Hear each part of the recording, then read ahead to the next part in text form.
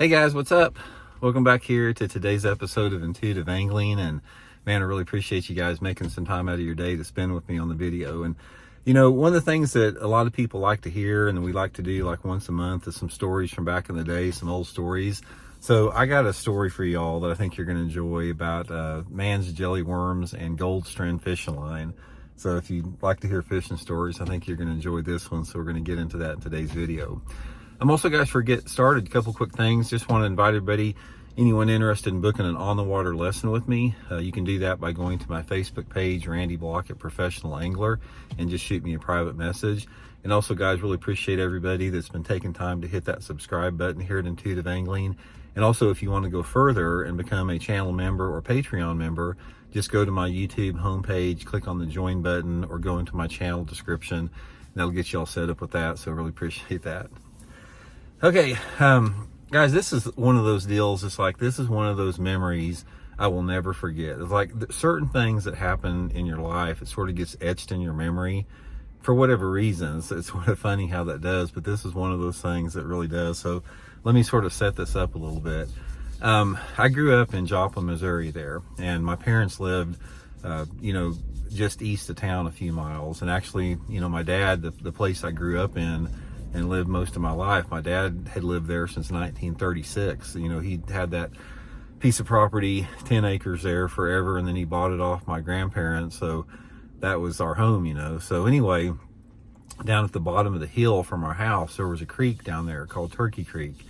And I remember when I was a little kid, probably in, 7 or 8 years old, my aunt and mom and dad would take me down there and let me wade around the creek a little bit just by the bridge. And I'd look at minnows and I'd look at crawdads and, just absorbing it. And then as I got older, I started fishing it. And I started, taking my little spinning rod down there and wading the creek. And about this time, I was reading Bassmaster magazine and that stuff.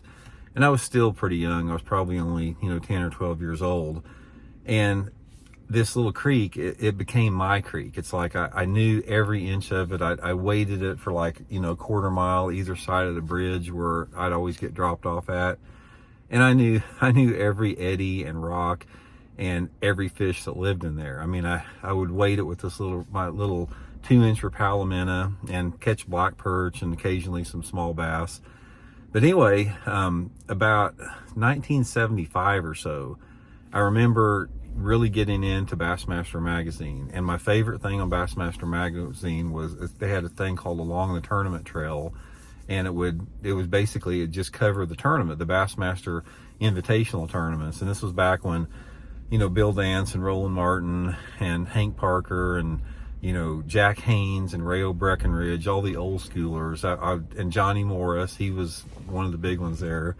And I'd follow it, and I just got so interested in it. So anyway, as I was in, like junior high and first started getting into like, freshman in high school, I remember there was this, I'd absorb everything in the Bassmaster magazine. And there was just one ad in there, and it was for jelly worms, man's jelly worms, which, if you guys have ever, one of the things, if you smell a jelly worm when you're a kid, it's one of those scents that never goes away. It's like opening a package of man's jelly worms. It's the most unique scent. It's a very pleasant scent, and it stays with me forever. So anyway, they were advertising jelly worms, being like the #1 plastic worm for bass fishing. And I'd never fished a plastic worm before. So I read some articles in Bassmaster. I went down to Southtown Sporting Goods there in town and bought a package of, I think it was strawberry jelly worms. And anyway, there was another ad in there for strand fishing line, gold strand fishing line. And I think Roland Martin was on this ad. So I'm like, man, I got to have some jelly worms and gold strand line. So I bought a spool of 8-pound test gold strand line, and I got my package of jelly worms, and I figured out how to do a Texas rig, from reading the magazine, and I was all set. So anyway, I take my jelly worm down to Turkey Creek, and I never fished a plastic worm before in it. And Turkey Creek's clear water. I mean, the water visibility, you can almost see to the bottom down to 4 feet in it. And I was wading the creek down my typical route there, and there's this one big tree that had been uprooted, and there was a big tree wad, like you know how a tree gets uprooted and there's a big root wad there. This root wad had been uprooted and it was laying in the middle of the creek, and through the current and erosion, it had dug out this deep hole, right at the root section. So when I was wading the creek, I could see that there was a deep hole at this root section. So I remember I tossed that jelly worm out there to that root section where that deep hole was. And of course, that gold strand line, you can see it going all the way down to the bottom. I'm surprised I couldn't see it going right to the plastic worm. But I threw that jelly worm over there, the strawberry jelly worm, and I'm, working, this little hole is no bigger than like the hood of a truck. It's pretty small. And my jelly worm with the gold strand lines down there, and all of a sudden I see the gold strand lines start swimming off, and I set the hook, and it was like a 2.5 pound bass, which was a big one for the creek. And I could see it fighting down there in the root wad, and fought it and got it in, and I'm holding it up there, and I've got my jelly worm hanging out of its mouth and the gold strand line, and put it back in the water, let it go, and I cast it in there again and caught another one, about a 2-pounder.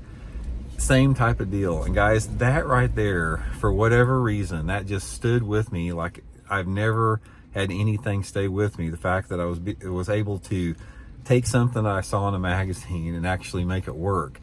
And the point of the video that I sort of want to make here is like, there are things that happen throughout the course of our bass fishing career when you're younger that are precious, because these memories that you make, when you first start fishing, they last with you for a lifetime. And it doesn't have to be anything like profound. It's like those 2-pound bass, those two 2-pound bass stay with me more than like all of the other stuff that I've done in my fishing career. I mean, I've caught 30-pound bags of fish before. I've caught 10-pound bass before, won Bassmaster tournaments. I've been fortunate enough to really, experience so much in the sport of bass fishing.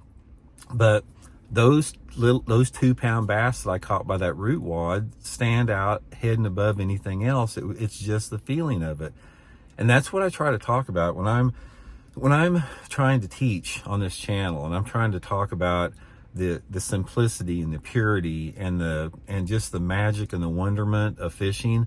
This is what I'm talking about, because when I came up to that root wad there, I had no idea what was in there. I didn't have forward-facing sonar that could scan that root wad and tell me if there's a fish in there. I just threw in there in that little dark spot in that deep hole and pulled out a couple bass, and the power behind that, of that unknown and the magic and the wonderment of fishing and that connection to nature. I'm wading this creek. I've got water coming around my ankles, and it wasn't very deep, but a little bit over ankle deep, and just seeing everything in the water and seeing the activity on the bank. That is what fishing is about. And that's the things that gives you the best memories. And so one of the things I want to do in this video, I want to encourage everybody to try to keep fishing as simple and as basic as you possibly can, and as connected to fishing as you possibly can. It's like when you take yourself away from everything that I just talked about with that root wad on Turkey Creek, and you start to get into other elements of fishing that are more advanced with technology, you rob yourself from those values. You rob yourself from that connection to the purity of nature, because you simply can't experience that looking at a video game screen. It's not the same thing. You're not gonna be 15 years old and then all of a sudden when you're in your 60s like I am, look back and say, God, I can't, that was the greatest memory I've ever seen when I saw that fish swimming on my live scope and cast it over there. That's not what's going to happen. So anyway, I just wanted to share that with you guys. I wish you could be there to sort of relive that. It's like there's like I said, there are events that are happening in our bass fishing lives throughout the course of it that'll stay with you, and that's just one I wanted to share with you all. So hope you guys are well. We'll talk later.